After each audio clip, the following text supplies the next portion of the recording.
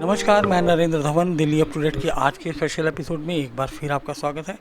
आज हम चर्चा करने जा रहे हैं एक बार फिर एजुकेशन पॉलिसी को लेकर, और हमारे साथ में है सत्यवती कॉलेज के प्रिंसिपल डॉक्टर निर्मल जिंदल। मैडम, बहुत बहुत स्वागत। Thank you. मैडम, आज हम जो चर्चा करने जा रहे हैं कि हमारी जो एजुकेशन पॉलिसी अभी तक रही है, एजुकेशन सिस्टम रहा है, वो इतना कि क्या वजह रही है कि आज 80% 83% जो एजुकेटेड लोग हैं वो एम्प्लॉयबल नहीं हैं। क्या खामियां हैं हमारे एजुकेशन सिस्टम में? देखिए, पहले बात तो ये है कि एजुकेशन का पर्पस क्या होता है। एजुकेशन का पर्पस होता है समाज का development, the development of the society की नीड्स क्या हैं उनको समझना और उनके लिए सल्यूशंस देना। पर हमारे यहाँ क्या है, हमारी जो अभी प्रेजेंट एजुकेशन पॉलिसी है, it is a legacy of British education system. और इसको ये हुआ कि अगर देखा जाए, जब से ब्रिटिशर्स आए थे तब से ये हो गया कि education is to attain a degree and to get a job. कि एक स्किल्ड मैन पावर की तरह जो एजुकेशन को यूज़ किया जाता है एक तरह से, कि एक स्किल्ड मैन पावर को प्रोड्यूस करना है कि वो एक आपने इंजीनियरिंग की, मेडिसिन की, पीएचडी की या कोई भी डिग्री ली और उसके बाद आपको जॉब चाहिए। और उसके हिसाब से ये जो सिस्टम अगर हम देखें कि ये पहले तो पैदा ही क्यों हुआ, सिस्टम कैसे डेवलप हुआ, क्योंकि पहले टाइम में तो ऐसा नहीं था। अगर हम अपने पुराने टाइम में जाएं तो हम कितने एडवांस थे साइंटिफिकली एंड टेक्नोलॉजिकली भी, वर सो एडवांस्ड। एंड अगर हम देखें कि इंडिया ने कितना कंट्रीब्यूट किया वर्ल्ड के लिए मैथमेटिक्स में। इवन आइंस्टाइन ने बोला था that we owe so much to India because it taught us how to calculate even when there were no modern discoveries. India ने ज़ीरो दिया, इंडिया ने डेसिमल दिया, एल्गोरिथम दिया, बाइनरी नंबर, कितना कुछ दिया। एस्ट्रोनॉमिक में हम कितने एडवांस थे पूरे वर्ल्ड से, मतलब पूरे अरब कंट्रीज से कितने लोग आते थे यहाँ। हमारी एजुकेशनल इंस्टीट्यूशंस कितनी अच्छी थी, नालंदा, तक्षशिला, भाई पूरे एशियन, साउथ एशिया में, साउथ ईस्ट एशिया में पूरे यहाँ के लोग यहाँ पढ़ने आते थे, यहाँ से लोग जाते थे वहाँ। यूनिवर्सिटीज़ डेवलप की उन्होंने, एजुकेशन सिस्टम डेवलप किए वहाँ के, इतना यहाँ से। और कहीं बिल्कुल वॉलंटरीली लोगों ने इसको एक्सेप्ट किया कि हमारा कितना ज़्यादा। आज हम देखते हैं एस्ट्रोनॉमी में या एस्ट्रोलॉजी में कि आज आप देखते हैं कि जो वेस्टर्न कंट्रीज़ हैं चांद को ढूंढ रही हैं या मंगल पे उसका इफेक्ट देख रही हैं क्या है। और हमारी साइंस कितनी एडवांस थी that thousands of years ago we learned how the impact of all this planets on humans, on the earth. ये सब हम कितने एडवांस थे। पर ये सारी चीज़ें हमारी आयुर्वेदा, आज अमेरिका में हल्दी को, नीम को, इन चीज़ों को इस्तेमाल किया जा रहा है, उनको ढूंढा जा रहा है। और हमारी साइंस कितनी एडवांस थी, पर क्या हुआ, हमारी जो वो नॉलेज थी उसको एक कल्चरल सिस्टम में डेवलप कर दिया। जैसे हमें कहा गया कि तुलसी को सुबह सुबह उठ के पानी दो। It was difficult to educate the entire public, तो उनको एक कल्चर की तरह उन्होंने डेवलप किया इन चीज़ों को। तो हमारी नॉलेज बहुत एडवांस थी, साइंटिफिक नॉलेज, हमारी टेक्नोलॉजी, और ये सब हमने बहुत कॉन्ट्रीब्यूट किया। हमने स्टील दिया, हमने जिंक दिया, हमने वर्ल्ड को बहुत कुछ दिया। पर ये सब हमें नहीं बताया जाता। और हमें जब से वेस्टर्नर्स आए और वेस्टर्न एजुकेशन सिस्टम शुरू हुआ और एक एजुकेशन को डिग्री की तरह देखा जाने लगा और लोगों को लगा कि हमें जॉब करनी है, तो क्रिटिकल थिंकिंग, एक innovative thinking, research and development वाली थिंकिंग, साइंस वाली थिंकिंग, वो तो गायब होती जा रही है और दूसरी थिंकिंग आती चली जा रही है। एक कॉलोनियल माइंडसेट हो गया कि जो वेस्टर्न है वो सब कुछ अच्छा और इंडिया जो है वो सब कुछ खराब है। तो ये जो चीज़ें हैं इनको चेंज करना बहुत ज़रूरी है। और ये हुआ भी 1835 में। आप देखते हैं ब्रिटिशर जब आए, हमारा एजुकेशन सिस्टम बहुत एडवांस था, हमारे कल्चरल और मॉरल वैल्यूज़ कितनी एडवांस थी। और उन्होंने कहा कि इसको तो कॉलोनाइज करा ही नहीं जा सकता इंडिया को, तो अगर इनको कॉलोनाइज करना है तो इनका एजुकेशन सिस्टम चेंज करना होगा। They wanted Indians brown in colour and white in thinking, ताकि उनकी पॉलिसीज़ को एग्जीक्यूट कर सके, एक लॉयल मैन पावर को पैदा किया जा सके। फिर उनको कुछ ऐसे लोग भी चाहिए थे जो उनके लिए काम करें, because Indian climatical conditions were not suitable for Britishers. ये साउथ अफ्रीका की तरह नहीं था, दूसरे देशों की तरह नहीं था। So they wanted some people who should work for them. It was such a vast country. आप देखते हैं उन्होंने इंडियंस को, अगर आर्मी की उन्होंने आर्मीज क्रिएट की, it helped them to not only to fight with other countries but also to fight and to colonize India. तो उन्होंने क्या किया, ब्रिटिशर्स ने ऐसे एजुकेशन सिस्टम को पैदा किया ताकि वो इंडियन से काम भी करा सके और ब्रिटिशर्स के लिए वो लॉयल मैन पावर पैदा कर सके। तो ये जो डिवीजन पैदा होगी सोसाइटी में, it continued even after independence.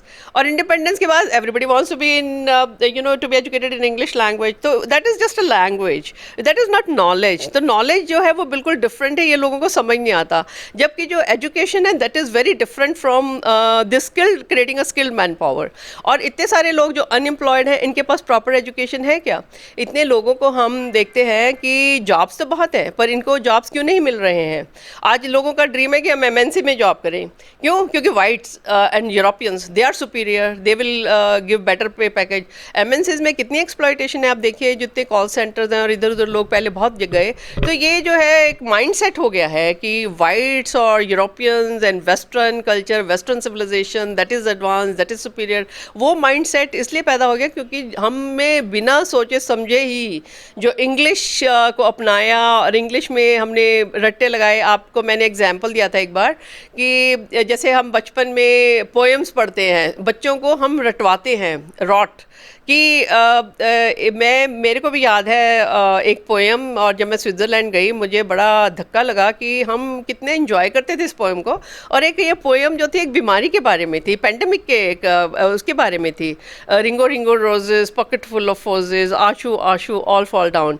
कि बच्चों के शरीर पे पैचेस हो जाते थे रेड रेड, और फिर वो फोजेस फ्लावर्स उनकी पॉकेट्स में रख देती थी मदर्स. और जब बच्चे ज़्यादा स्नीज करते थे उसके बाद उनकी डेथ हो जाती थी. और ये बहुत बड़ी कैलामिटी हुई थी वहाँ पर, इन्फ्लुएंजा फैला था स्विट्ज़रलैंड में.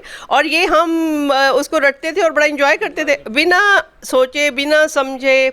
हमटी Dumpty sat on the wall कि बच्चे को शुगर हो गई, बहुत पेस्ट्रीज खाता है, बहुत वो खाता है, बहुत अमीर बच्चे माँ बाप का बच्चा है. हमटी Dumpty sat on the wall, हमटी Dumpty had a great fall. कि अगर वो कहीं से गिर जाता है उसके कहीं फ्रैक्चर्स हो जाते हैं. All the Kings man, all the Kings horses can never put हमटी together again. हमें पता ही नहीं कि हम क्या बच्चों को सिखा रहे हैं, उसका क्या मीनिंग है, वो हमारी सोसाइटी के लिए सूटेबल है कि नहीं. और जो हम अपनी रिलीजियस बुक्स हैं, हमारी जो रिलीजियस चीज़ें थी, उनको तो हम पीछे छोड़ रहे हैं, उनको तो हम अंडरस्टैंड नहीं कर रहे हैं, उनको तो हम ट्रेडिशनल कह रहे हैं. और जो बाकी जो वेस्टर्न है उनको हम बिना सोचे समझे अपना रहे हैं. और जो वर्क कल्चर है वेस्टर्न का, हम इंडिविजुअलिज्म, मटेरियलिज्म, कंज्यूमरिज्म, उनकी वैल्यूज़ के पीछे तो भाग रहे हैं, परंतु हम उनका वर्क कल्चर, जो वेस्टर्नर्स का वर्क कल्चर है दैट इज़ वेरी टफ. आज हर एक बीए वाला बच्चा भी कार लेकर आना चाहता है. भी क्यों भाई, आपने क्या बड़ा काम कर लिया है, क्यों लाना चाहते हो car? It is not environment friendly and why you want to. It is such consumerist culture. एक रेस लग रही है यूथ में बिना सोचे समझे कि हाँ मेरे को ये, क्योंकि वो दूसरा नहीं करेगा तो उसको हीन भावना आ जाएगी, वो कार नहीं ला रहा, आज उसने ये जूते पहने, आज उसने ये मोबाइल लिया. All consumerist culture is developing in youth and they don't want to work hard. एक मैं ये वाला किस कोर्स की मार्केट वैल्यू है, मैं तो ये कोर्स करके मेरे को ये जॉब करना है, दिस इज़ देयर एम्बिशन. सो जो उनकी थिंकिंग है, जो इनोवेटिव, जो सोसाइटी के बारे में सोचना, जो हमारी मॉरल वैल्यूज़ थी, connectivity, unity in diversity, peaceful coexistence, morality, charity. जब मैकॉले आया था उसने पार्लियामेंट्री स्पीच में कहा था कि जब इंडिया में वो आया था ना, तो उसने ही didn't find even a single thief और a single beggar. Why? Because our values were so good. Hinduism is all about thinking of wellbeing of others. Hinduism is all about giving, all about caring, all about love, compassion. तो ये जो चीज़ें हैं ये आज हमारी society में missing है. और we have to first of all understand what is education and what is the value of education, how we can create a healthy society. If we have a healthy society, we will create a healthy nation. And if we want to create a healthy nation and a healthy society, we need to create healthy youth. Healthy youth कैसे होगी? If we change the education system. तो हमें healthy, अपनी education system को healthy करना होगा. तो madam जैसे कि कहा जाता है ना कि देर आए दुरुस्त आए, 70-72 साल लग गए हैं, लेकिन फिर भी एनी हाउ जो नई एजुकेशन पॉलिसी आ ही गई है. तो इस जो नई एजुकेशन पॉलिसी से हम कितनी उम्मीद कर सकते हैं कि जो सारा सिस्टम चला आ रहा था वो इम्प्रूवमेंट की ओर आएगा? हाँ, ये जो एजुकेशन सिस्टम है ये होलिस्टिक है. अगर ये एग्जीक्यूट होता है ठीक तरीके से, एक तो जो लोगों में हीन भावना है कि इंग्लिश ही सब कुछ है, एक तो समझना होगा. क्योंकि जब बच्चा छोटा होता है वो 3 से 5 साल 7 साल तक वो उसकी मेंटल फैकल्टीज़ जब डेवलप हो रही होती है, उसकी सोचने समझने की शक्ति अपनी भाषा में, क्योंकि mother is the first teacher, तो वो जो है अपनी भाषा में बेटर सीख सकता है. आप देखते हैं कि अमेरिका वगैरह में जो जितने भी नेशनल पार्क्स हैं, these are all about nature. जिन्होंने अपनी सारी जितनी भी चीज़ें हैं, पेट्रीफाइड वुड्स है या ग्रैंड कैनियंस है, कैसे प्रिजर्व किए हैं और वो बच्चों को लेके जाते हैं, उनको सिखाते हैं, ये सब कुछ होता है। तो हम देखते हैं कि जो छोटे बच्चे हैं they can learn better in their own language. तो I think this is a very healthy step that the initial education should be in the mother tongue. आज हर एक कोई इंडिविजुअलिस्ट होता जा रहा है, अपनी अपनी फैमिली में लग रहना चाहते हैं। How you will teach your children that what used to be the family values. अगर एक बच्चा, अगर 4 जनरेशन इकट्ठी रह रही हैं, तो बच्चा देख रहा है automatically that how his parents are taking care of their own parents. तो he is not to be taught कि बड़ों की रिस्पेक्ट करो, बड़ों के केयर करो या कुछ करो। फिर तो यही होगा कि मदर डे, फादर डे पे फ्लावर देंगे आके और बुके देंगे, और वैलेंटाइन डे पे देखा जाएगा कितना महंगा गिफ्ट दिया। इंडियन सोसाइटी में तो सब कुछ कंज्यूमरिस्ट होता चला जा रहा है। और अगर पेरेंट्स बताते हैं कि रिलीजन या कल्चर के बारे में, तो बच्चे नहीं सुनने को तैयार। अगर ये एजुकेशन के थ्रू आएगा, स्कूल के थ्रू आएगा और प्रॉपरली उनको टीच किया जाएगा, logically they will try to understand in building the morality, the cultural values जो हमारी खो गई हैं कहीं पे, वो सब वापस आनी बहुत ज़रूरी है सोसाइटी में। वो जो हमारा कॉन्फिडेंस कहीं खो गया है कि हम इन्फीरियर हैं, वेस्टर्नर सुपीरियर हैं, वो कॉन्फिडेंस को भी वापस लाना होगा। पर अब तो हम इंडिपेंडेंट हैं, हमें अपनी डेस्टिनी खुद डिटरमिन करनी होगी, हमें अपना जो फ्यूचर है वो खुद बनाना होगा, अपने तरीके से बनाना होगा, अपनी सोसाइटी बनानी होगी। क्योंकि कहीं पे भी देखते हैं तो एक यूनिक आइडेंटिटी होती है कल्चर। सो हिंदुज़म जो है, it is very unique because of its spiritualism. Hindu is very unique because of its cultural value. So the world should know, और पूरे वर्ल्ड ने हमसे सीखा है। पूरा आप देखें, पहले साउथ ईस्ट एशिया में कोई वेस्टफेलिया का टेरिटोरियल बाउंड्रीज नहीं था, और यहाँ से कितने लोग गए, वहाँ से कितने लोग यहाँ आए, फिर यहाँ से प्रोफेसर्स गए। तो हमने कितना कुछ, हमारा इन्फ्लुएंस पूरे वर्ल्ड में फैला। तो मेरे को लगता है कि जो न्यू एजुकेशन सिस्टम है वो सब कुछ सिखाएगा बच्चों को, कल्चर भी सिखाएगा, वैल्यूज़ भी सिखाएगा, मेंटल फैकल्टीज़ भी बच्चों की अच्छी डेवलप होंगी, और नेचुरल तरीके से बच्चे सीखने की कोशिश करेंगे, सिवाय किताबों में घुसने की बजाय। वो भी बहुत इंपॉर्टेंट है। But then you have to have a balanced kind of personality. You have to be a complete human, that should be the purpose of the education. देखिए, साइंस का जो ऑब्जेक्टिव होता है वो होता है हमेशा टू सर्विस ऑफ ह्यूमैनिटी। आज जो टेक्नोलॉजी है वो न्यूक्लियर बॉम्ब भी बना रही है। आई टेक्नोलॉजी हम सबको कनेक्ट भी कर रही है। आप देखते हैं गूगल मीट, Zoom, ये जो सारी टेक्नोलॉजीज हैं, they are connecting the whole world, they are doing good to the society, to the whole world. It is, नहीं तो पैंडेमिक में हम तो अलग थलग पड़ जाते। आज सब कुछ काम चल रहा है, एजुकेशन भी चल रहा है, ऑफिस का काम भी चल रहा है, सब कुछ हो रहा है बिकॉज ऑफ ऑनलाइन थिंग्स। तो technology is for good of the society. So we have to see what is for the good of the society, and we should develop those kind of things so that we can do service to the society.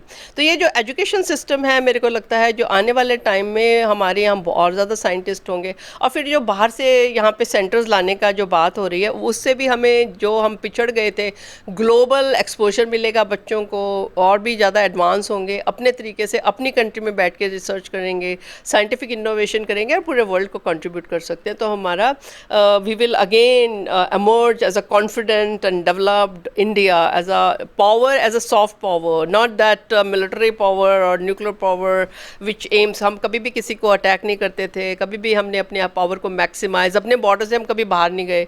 लोग आते गए क्योंकि because we were so rich, we were so advanced. क्यों बहुत सारे लोग हमारे देश में आ रहे थे? Because we were so rich and we were so advanced and we were so healthy society, healthy country, that's why they were coming. और फिर ये है कि अपने देश को, फिर it will become an attraction point for the whole world. So हमें पहले तो खुद कॉन्फिडेंस पैदा करना होगा कि हम कोई गरीब, पिछड़े और ये सब नहीं है। We were so advanced and again we can emerge as an advance country. जो रास्ता है वो गलत है, तो उसको ठीक करने की ज़रूरत है ताकि हम उस ऑब्जेक्टिव को फिर से अचीव कर पाएँ। यानी कि हम ये उम्मीद कर सकते हैं कि जो खोई हुई मान्यताएं थी या खोई हुई चीज़ें थी वो वापस आने वाली हैं, और इसमें जो नई एजुकेशन पॉलिसी है एक बहुत बड़ा रोल प्ले करेगी। हाँ जी, हम बिल्कुल एजुकेशन पॉलिसी साइंटिफिकली हम बाहर के देशों से जो हमें सीखना है, एडवांस होना है, ये नहीं कि अपने आप दरवाजे बंद करने हैं। बाहर की जो पॉजिटिविटी है उसको देखना है। We have to emerge as advanced, as competitive, and at the same time we have to cherish our old values, our cultural values. आज योगा, मेडिटेशन पूरे वर्ल्ड में जा रहा है, देखिए, और हम जो है वो जिम खोल रहे हैं। ये सारी हमारे कितनी सोच, देखिए समझ कितनी एडवांस थी। अब अमेरिका हल्दी के कैप्सूल बना रहा है, कितने महंगे बिक रहे हैं। तो वो नीम को वो एंटी एसिड मेडिसिन उसमें यूज़ कर रहे हैं। ये तो हमारी दादी माँ की किचन में हम यूज़ किया करते थे, है ना, मतलब अभी भी खाते हैं। तो हमको पता ही नहीं है हम उस चीज़ के लिए कैसे प्राउड फील करेंगे जब वेस्टर्नर्स यूज़ करना शुरू करेंगे। तो हमें खुद उन चीज़ों को ग्लोबल लाना होगा, जो लोकल चीज़ें हैं उनको ग्लोबल बनाना होगा, ताकि पूरी ह्यूमैनिटी इसका फ़ायदा उठाए। तो हमारे तरफ से क्यों ना जाए, वो दूसरे क्यों ढूंढें कि एलोवेरा जेल की बॉटल इतनी सी 1500 की बिक रही है, वो हमारा ही तो प्लांट है, तो हमने क्यों नहीं करा। So we have to develop our manpower to think critically, to innovatively, to research की तरफ हमें ज़्यादा जाना होगा, ताकि हम एडवांस कर सकें, साइंस और टेक्नोलॉजी को और एडवांस कर सकें और ह्यूमैनिटी के लिए कंट्रीब्यूट कर सकें। तो ये मेरे को लगता है कि education is a balanced kind of education system which will try to develop complete human, and it will be very, very contributory to the development of the society and to the nation. Yeah, thank you very much. बहुत बहुत धन्यवाद। Yeah. तो ये थी आज की हमारी खास बातचीत जो एजुकेशन सिस्टम को लेकर थी। आज के लिए इतना ही। जय हिंद, जय भारत। शीघ्र मिलते हैं एक नए एपिसोड के साथ।